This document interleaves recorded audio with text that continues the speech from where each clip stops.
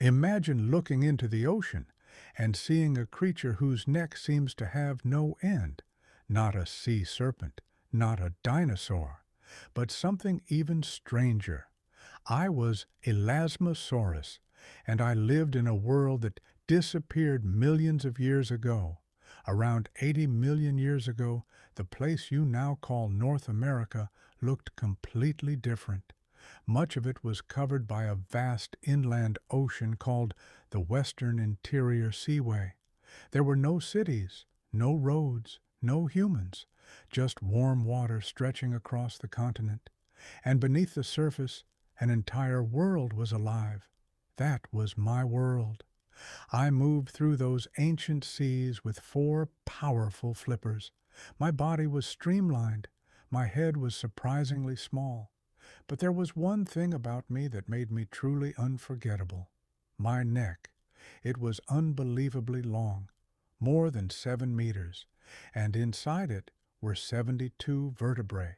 72. That means my neck contained more individual bones than you might expect from my entire body. But here's something you might not know. My neck wasn't designed to stand straight up like a swan. For a long time, people imagined creatures like me rising dramatically out of the water. But that's probably not how I lived.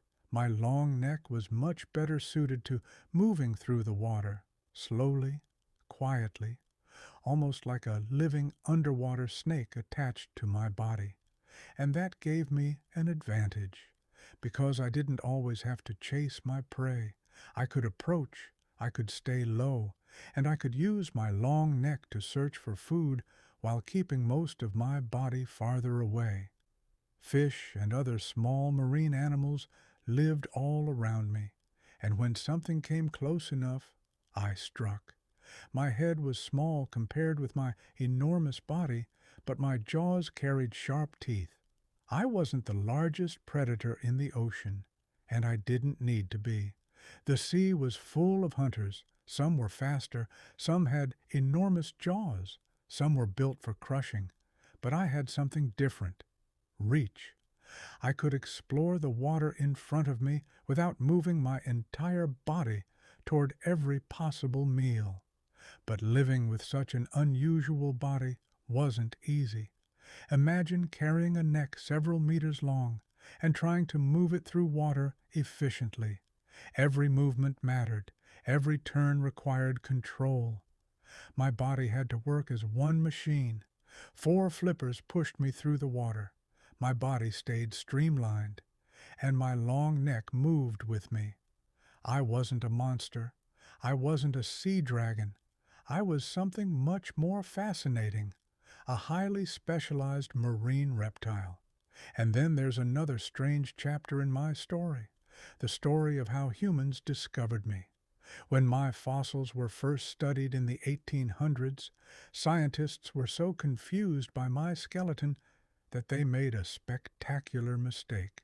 My neck was so unbelievably long that Edward Drinker Cope, the scientist who described me, accidentally placed my skull at the wrong end of my skeleton. He essentially thought my neck was my tail.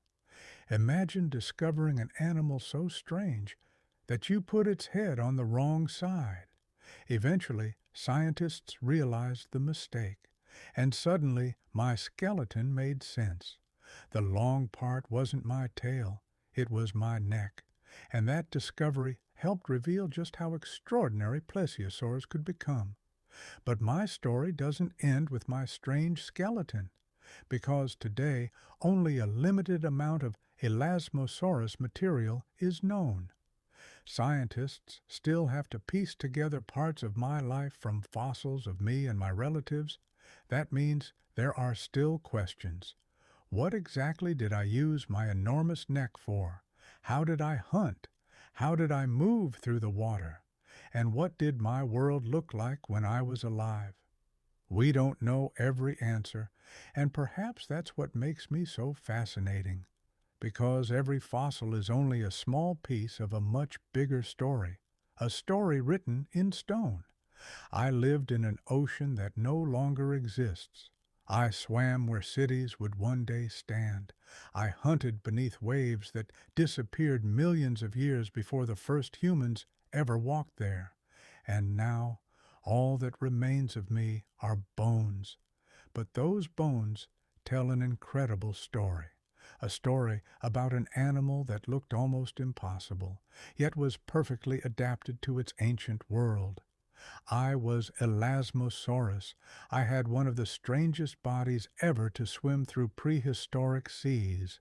A tiny head, four powerful flippers, and a neck longer than most people can imagine. For millions of years, I belonged to the ocean. Then my world changed. The seas disappeared. My species vanished. And silence replaced the world I knew. But deep beneath the rocks, my story remained, waiting for someone to find it, waiting for someone to look at my bones and wonder what was it really like to swim with a neck like mine. I was Elasmosaurus, and this was my world.